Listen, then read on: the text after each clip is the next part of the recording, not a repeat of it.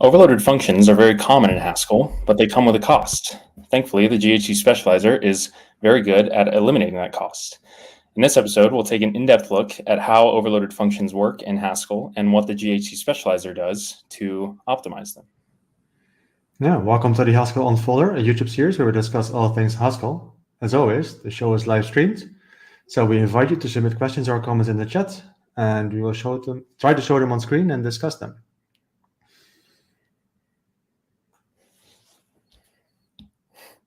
And as you can see, we have a guest today. Our colleague and friend, Finley McElwain, is on the show. Very welcome, Finley. Thank you. Finley has been working on specialization for at least half a year or something, and he knows everything there is to know about it. Probably the world's leading expert on specialization, so we're very lucky to have him here and tell us about specialization. So please take it away. All right, thank you very much. I'm excited to be here. So let's just jump right into it. Okay, so we're talking about specialization. First thing that we should address is how do overloaded functions work in Haskell? So suppose that we have an overloaded function like this add function that I've written here that adds two numbers. This is an overloaded function because it has class constraints in its type here. We're saying we have this add function takes two arguments of type A such that we are also given ord A and num A instances for that type. Now, we should ask ourselves, how do we think that these class constraints are going to be represented at runtime? Many of you probably know that type arguments or types in general in Haskell are erased at runtime. There's no runtime representation of them. Does the same thing happen to these class constraints? And the answer is no.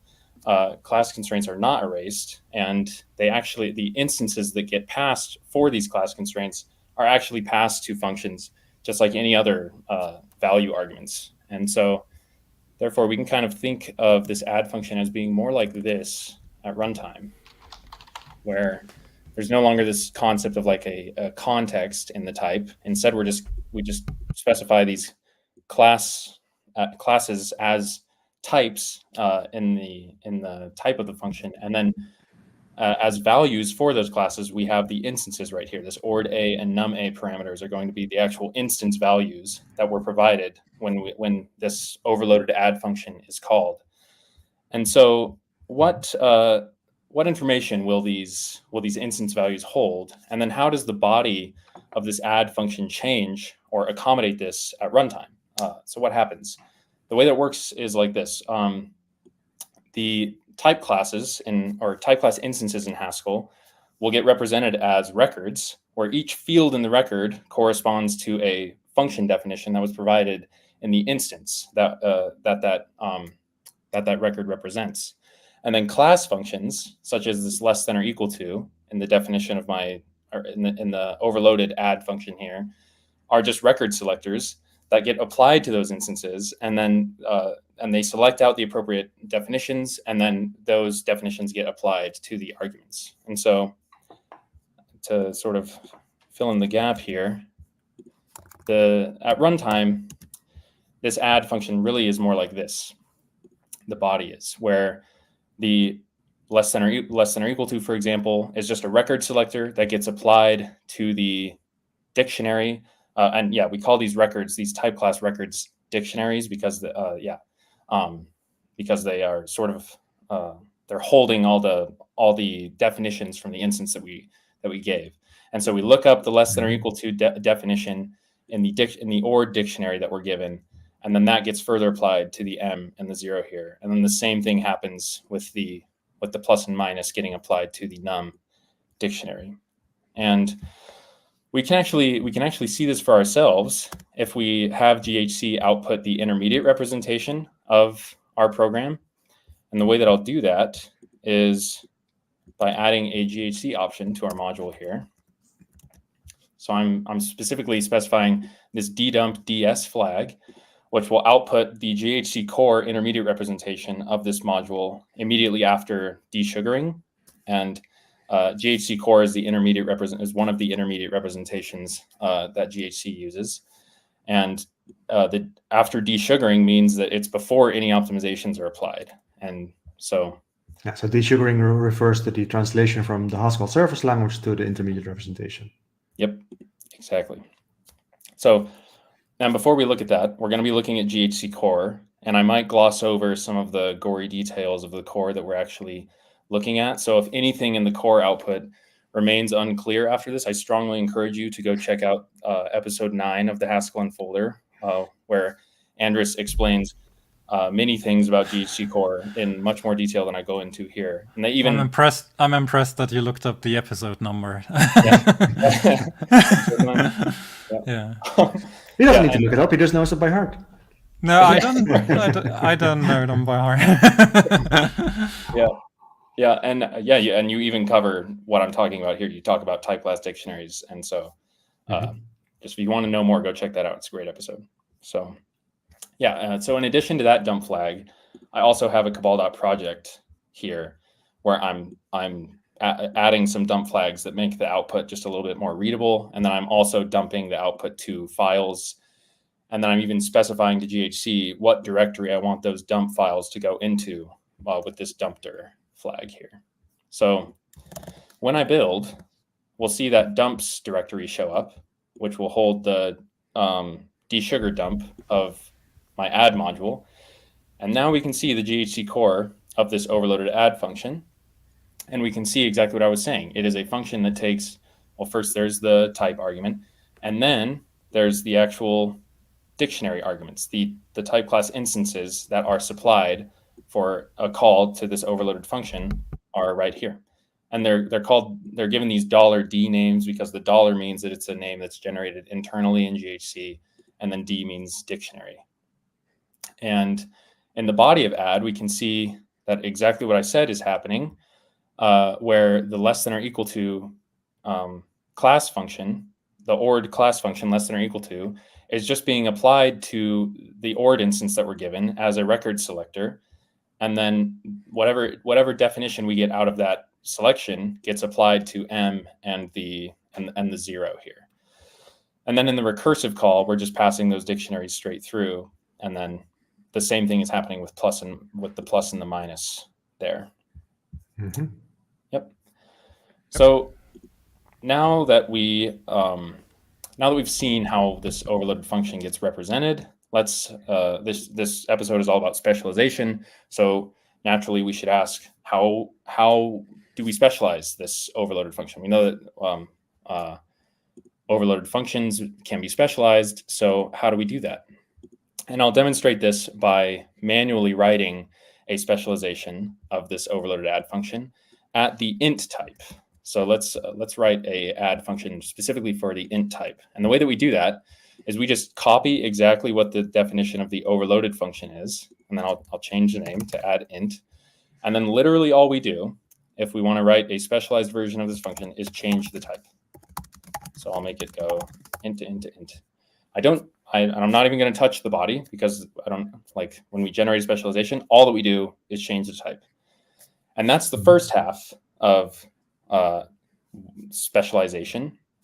The second half is making sure that the rest of our program benefits from the specialization that we just made. So what we need to do is look for any calls to the overloaded add function that we know to be at the int type, and then replace them with calls to our specialized add int function. And we can actually see that we have one of those calls right here in the body of the specialization that we generated. So this call to add, we know is going to be given the int dictionaries, the ORD int and the num int dictionaries. And so we can actually just specialize that call as a call to add int. And that's it. We've successfully specialized the add function. And but just to clarify, I mean, this could happen to any other call to add, right? I mean, not only to calls that are in the body of the function, but to other calls of add to the int type. Yeah. Right.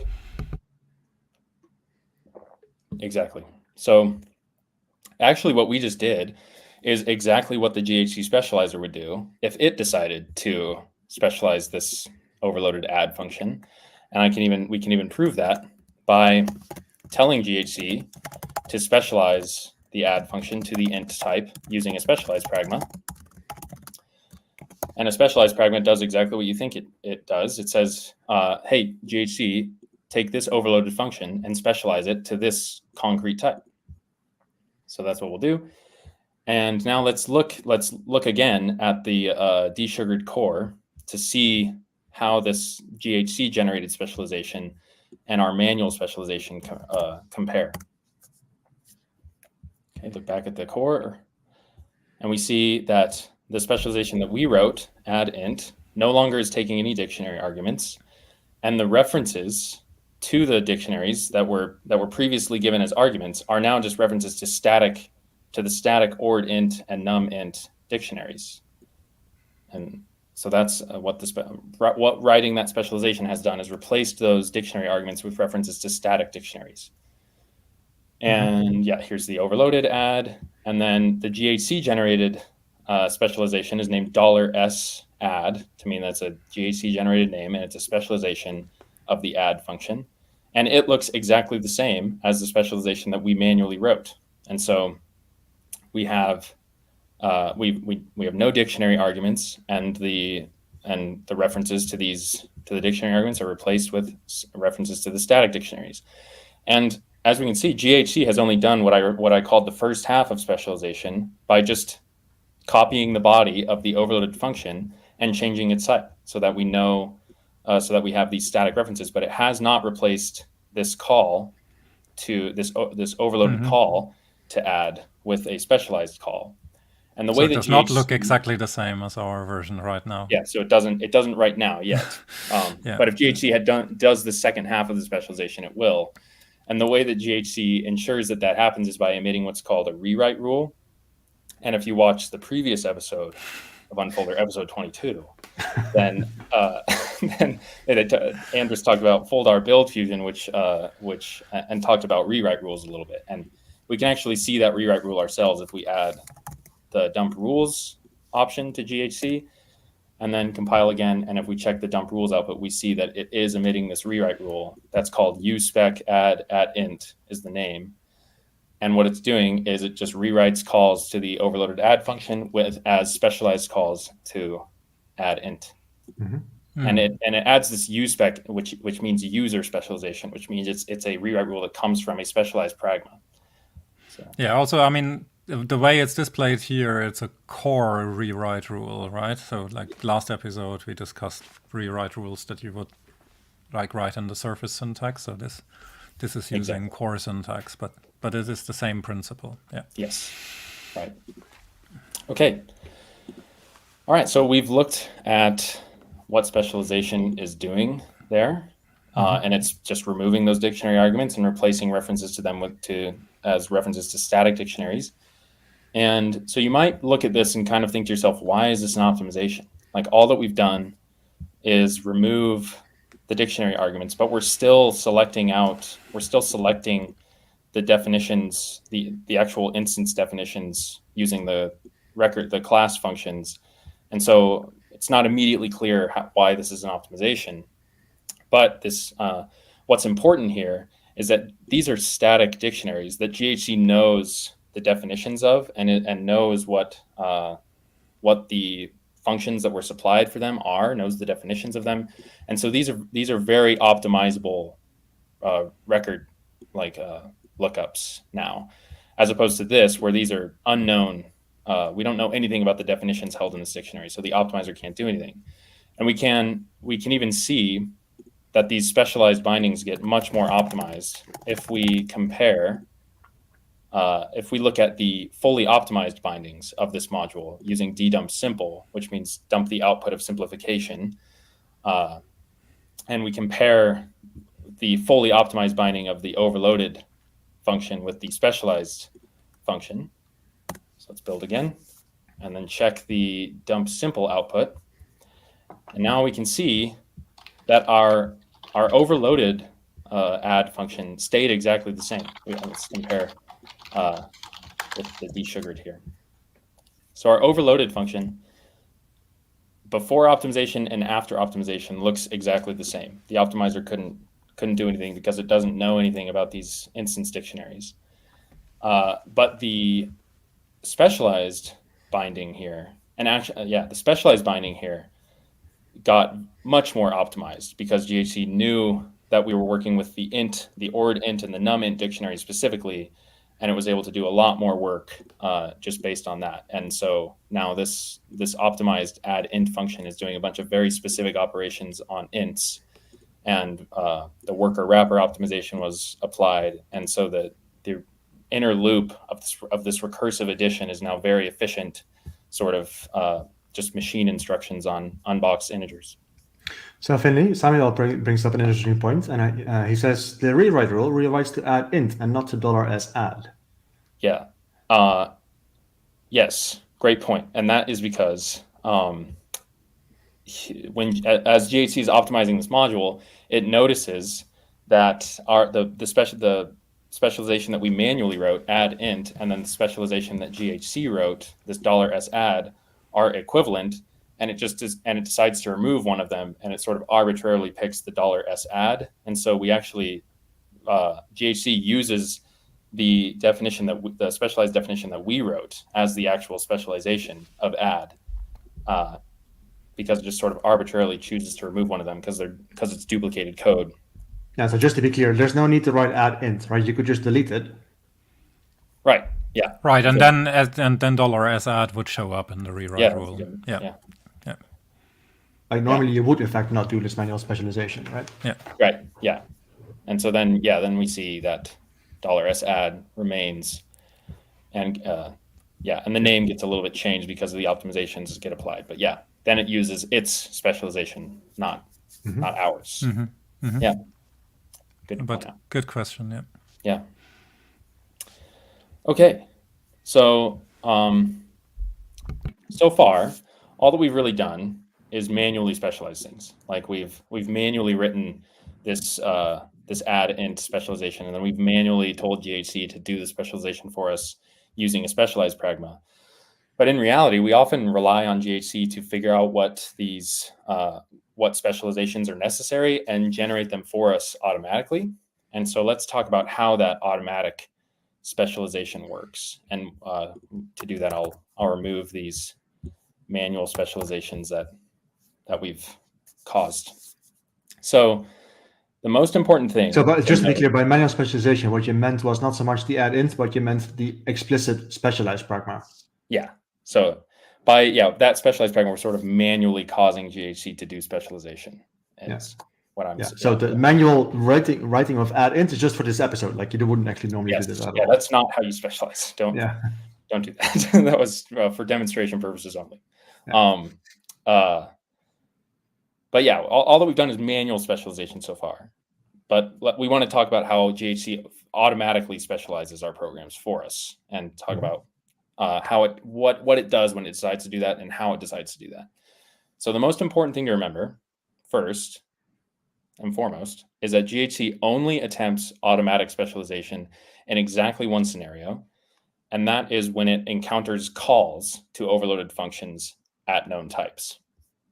And the major consequence of that is that automatic specialization does not happen at definition sites. It only happens, or it's only triggered at call sites of overloaded functions.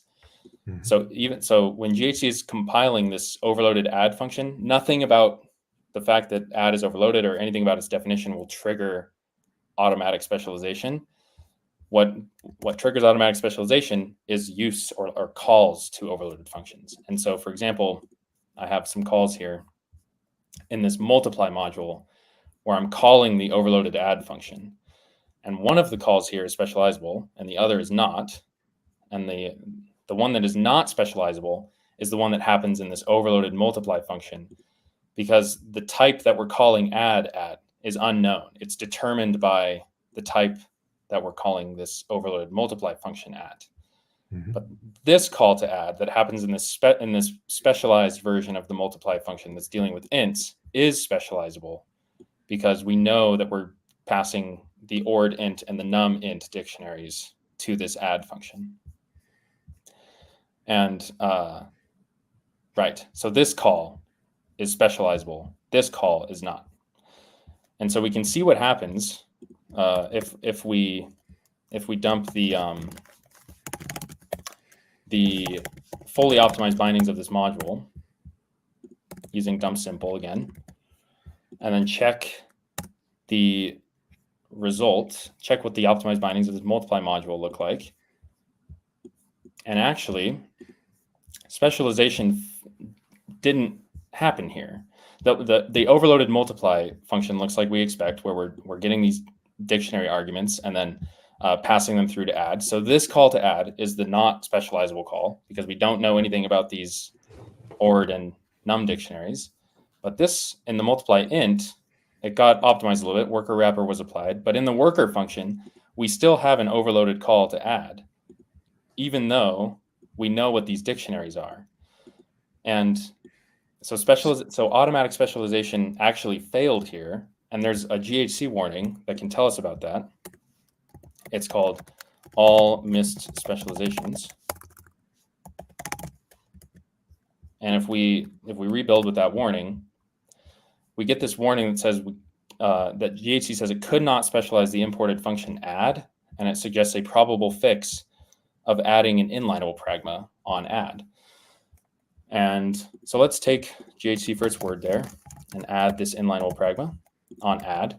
And I'll admit that the adding an inlineable pragma in order to cause specialization is kind of a weird, like the name of this pragma is weird. But the way that you can think of it is like this inlineable pragma is sort of exposing the definition of add so that GHC can use it to generate the specialization in the multiply module. And one of the things that GHC specifically looks for when it's doing automatic specialization is these inlineable pragmas to sort of, as sort of, when it looks for permission to do the specialization, it'll look for these inlineable pragmas. So if we rebuild, that warning goes away because the automatic specialization succeeded. And if we look at the core now, the optimized core of this multiply int function, we no longer have any dictionaries being passed, and we actually did generate a specialization of the add function, which got further optimized by worker wrapper. And now this specialized multiply int function is only making specialized calls to add. Okay.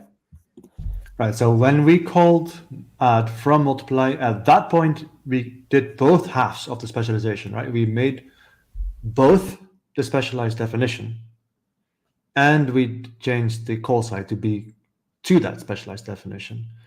Yes. And so that specialized add actually lives in the multiply module because that's where we compiled, that's where we created it. Exactly. Yep. The specialization will be created and optimized in the module that the call occurred, not the binding module. Right. Yeah. Important distinction. Okay. Right. And again, I mean, to emphasize, if you don't put an inlineable pragma on a function, you have no hope that it will get specialized in a different module, because it will not I mean, even like, what is it? Like, even if GHC would somehow decide to expose the unfolding, it would still not get specialized. Is that right? Yes. So GHC specifically looks, there's 3 forms of permission that GHC looks for when it's doing cross-module automatic specialization. And it looks for an inlineable pragma, an inline pragma, or if the specialize aggressively flag is enabled. Those are the 3 things that can be used to grant cross-module automatic specialization. By the way, perhaps this is a good moment to actually say that Finley has just published a blog post about this whole topic as well, which is on the Well-Tapped blog. So if you have more questions about specialization after this episode and you want to really read up in depth about all the special cases and the rules and the exceptions from the rules and so on and so forth, you can read that blog post. And there will also be a second part of the blog post which will be even greater, but because let's go on for now. Yeah, so just for people, I don't know if you're going to talk more about this, but for people who are familiar with inlining in GHC, like you might know that GHC applies heuristic when things are inlineable or not, right? Even if you don't put a pragma there, there's some heuristic applies, and that sometimes it includes the unfolding, sometimes it does not.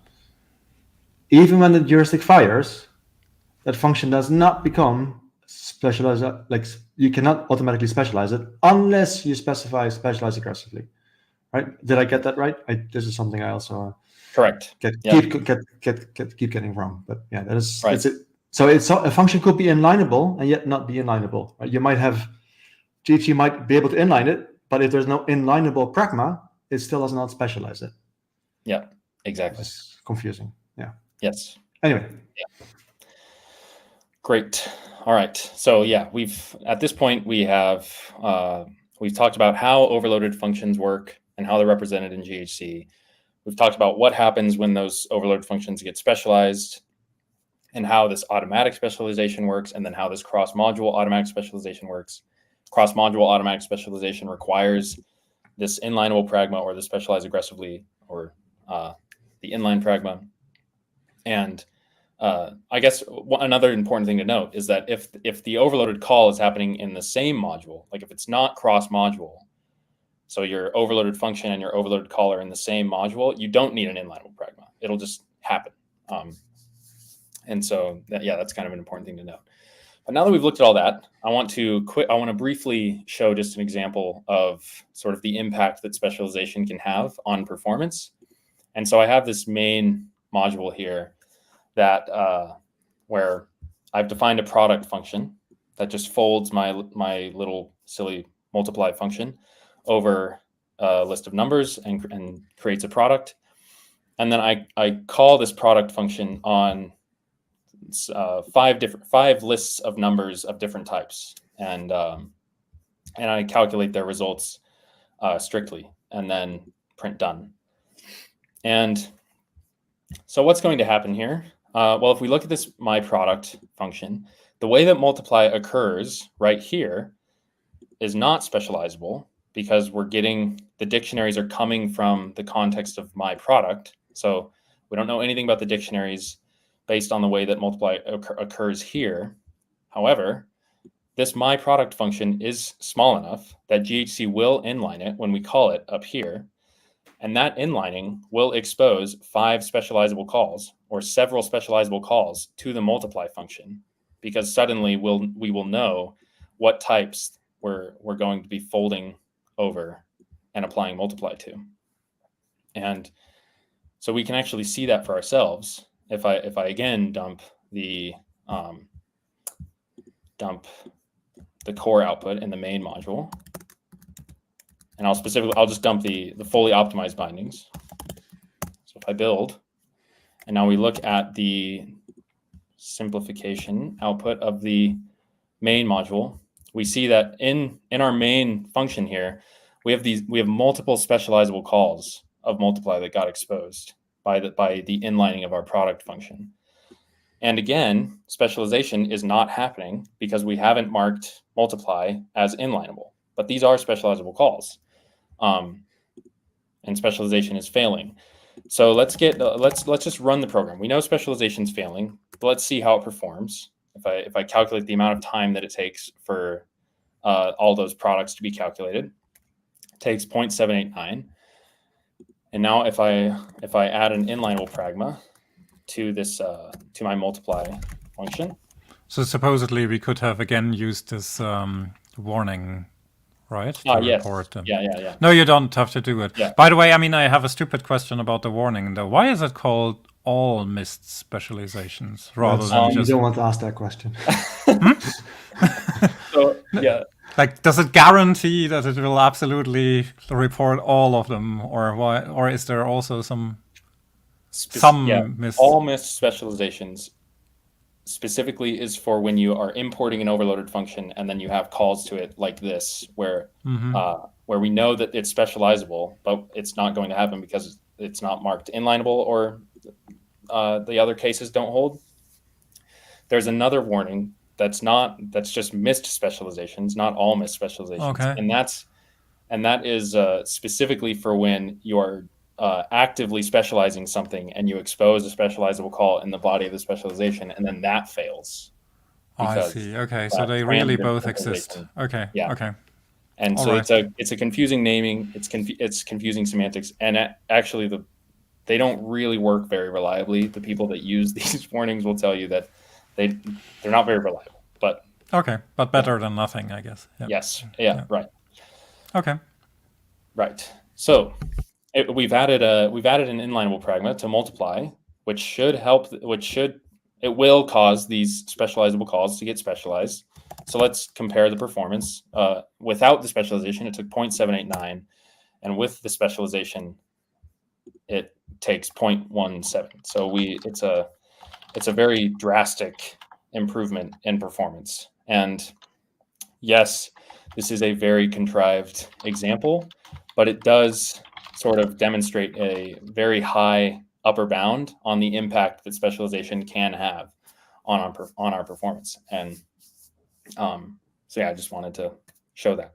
But there's something wrong here, and I'll sort of maybe conclude the talk with a sad conclusion here, but maybe not too sad. So what's wrong with this? It has to do with our use of the inlineable pragmas that we've added. So we have an inlineable on multiply, and we have an inlineable on add. And if you think about what we've done here with these inlineable pragmas, we've sort of given GHC the green light to specialize these functions at any type that it pleases, whenever it pleases, wherever it pleases. So if it ever sees specializable calls to these functions, it's just going to do it. It's not going to think about it. It's just going to do it. And it's going to create more bindings. It's going to optimize them. And that takes work. And we've just given GHC permission to do that sort of willy-nilly. And that fact, combined with the fact that GHC sort of waits to specialize until it sees a specializable call, can create very problematic compilation behavior. And to demonstrate that, think about what's happening here. At the bottom of our module graph, in this add module, GHC sees this inlineable pragma on add and says, okay, if I see a specializable call to add, I'll specialize it for you. Got it. And then in the multiply module, it sees another inlineable pragma and says, okay, if I see any specializable calls to multiply, I'll specialize it. And then finally, in the main module, we expose all of these specializable calls to multiply at 5 different types, which causes 5 specializations of multiply to get created and optimized in the main module, which exposes 5 more transitively specializable calls to the add function in the body of those specializations. And it's sort of like we're recompiling and re-optimizing our entire program all over again for as many types as we call the multiply function on in this module. And we can even see it in the optimized bindings of our main module. We have a specialization for add, another specialization for add. We have 5 specializations for add that got generated and optimized in our main module alone. And on top of that, we have the 5 specializations of multiply that got generated and optimized in our module alone. And so that can be pretty bad, because if you think about it, this is a pretty common structure for Haskell applications to have, specifically in like MTL style applications, where we have programs defined in terms of functions that are overloaded in some application monad. And then only in the main module do we finally instantiate that application monad to some concrete type. And then suddenly we're like recompiling thousands of functions maybe at this type, and doing tons of compilation and optimization in one module. Like that whole program compilation in one module, and that can be very problematic. And so to right. I mean, sorry. What was that? No, sorry. I just wanted to say. I mean, you were to put this in context, or to perhaps make it appear sort of in a slightly less bad light than you put it. I mean, in the case that we have here, right, we are not doing work that we wouldn't want done, right? Yeah. So like in the example that you have just shown, we are specializing the function exactly 5 times to the 5 types that we wanted specialized to. The problem arises potentially because it happens in the main module rather than at some point where that work can be reused. And if you have many modules where these kinds of calls arise, then you potentially duplicate or multiply a lot of work.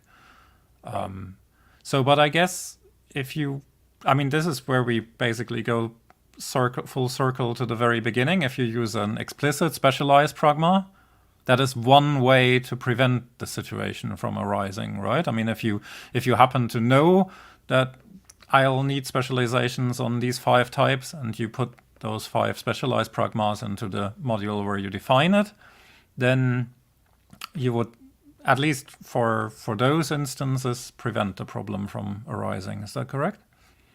Right. I guess sort of the real problem is like, say that calculating the products of Word 64 was much more expensive and benefited much more from specialization than than specializing for natural here. And in that case, you basically want to know exactly which overloaded functions at which types are affecting your program's performance the most, and then you want to generate those specializations. And with inlineable pragmas, JHC makes no distinction. It just does it no matter how big of an impact the specialization has. So the specialization can be effectively useless for runtime performance, but it'll still do it, and it'll optimize it and do all the work to do it without considering that, because it can't, obviously. Yeah. But this is what you've been working on, right? I mean, so the last couple of months you've been working on tooling for precisely this. Right? So do you want to just very briefly foreshadow this? What we can expect from that tooling? Yeah. So that tooling is sort of it's a combination of features in GHC and a external tooling. But the features in GHC allow you to profile specifically just overloaded calls, so that you know how much time is being spent on evaluating overloaded calls to which functions.